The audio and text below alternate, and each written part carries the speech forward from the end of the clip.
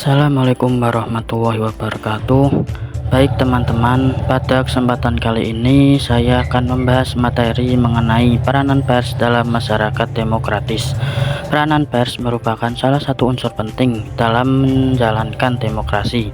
Tidak hanya berfungsi sebagai media informasi, tetapi juga sebagai kontrol sosial, pendidikan, dan hiburan. Nah, peranan pers sendiri ada beberapa macam dalam masyarakat. Yang pertama, peranan pers sebagai media informasi.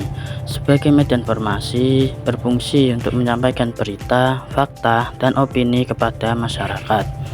Informasi yang disampaikan juga harus jujur, berimbang, dan akurat untuk memenuhi kebutuhan masyarakat dalam memahami situasi dan kondisi yang terjadi di sekitar mereka.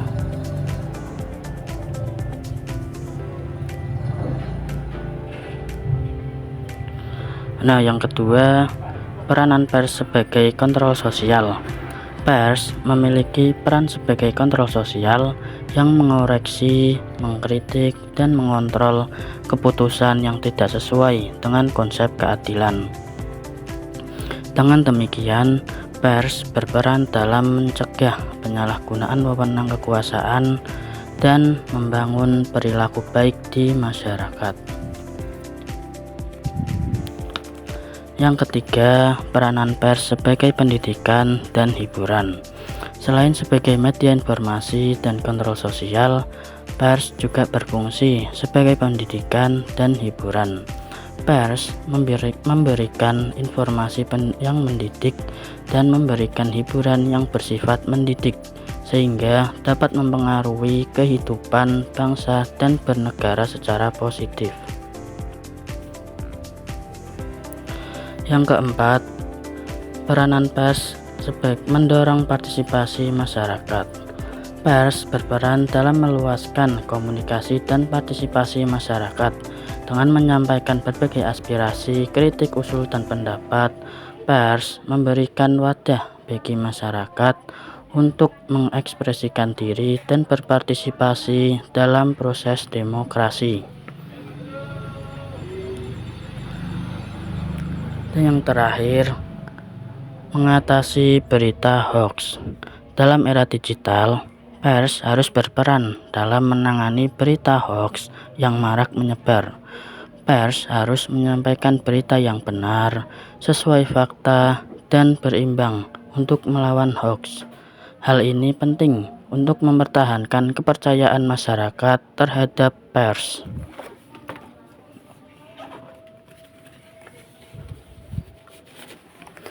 Nah, selanjutnya peranan pers dalam sejarah demokrasi Indonesia. Pertama, pada masa penjajahan Belanda dan Jepang. Pada masa penjajahan, pers Indonesia menghadapi tekanan yang kuat dari pemerintah penjajah. Pemerintah Belanda menindak para tokoh pers dengan undang-undang seperti Hadzayaartikelen di dalam KUHP untuk menghambat pengaruh pers Indonesia. Namun, pers tetap berperan dalam menyebarkan gagasan kemerdekaan Indonesia. Kedua, peranan pers dalam sejarah demokrasi Indonesia pasca reformasi. Setelah amandemen UUD NKRI 1945, Indonesia melaksanakan supremasi hak asasi manusia yang menjadi tonggak kebebasan pers di era reformasi. Kebebasan pers diatur dalam pasal 28 UUD NKRI 1945 yang memberikan hak untuk menyampaikan pendapat secara bebas.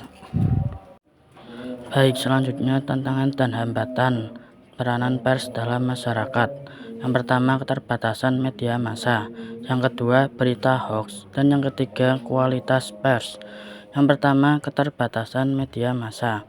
Keterbatasan media massa dalam menjangkau lokasi-lokasi pedalaman merupakan salah satu tantangan dalam menjalankan peranan pers. Hal ini dapat menghambat proses komunikasi antara pemerintah dan rakyat. Yang kedua, berita hoax. Maraknya berita hoax pada akhir 2019 membuat masyarakat kurang percaya terhadap pers.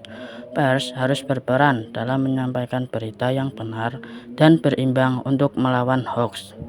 Dan yang terakhir, kualitas pers. Pers Indonesia harus senantiasa meningkatkan kualitasnya untuk memenuhi kebutuhan masyarakat yang semakin kompleks. Hal ini penting untuk mempertahankan kepercayaan masyarakat terhadap pers.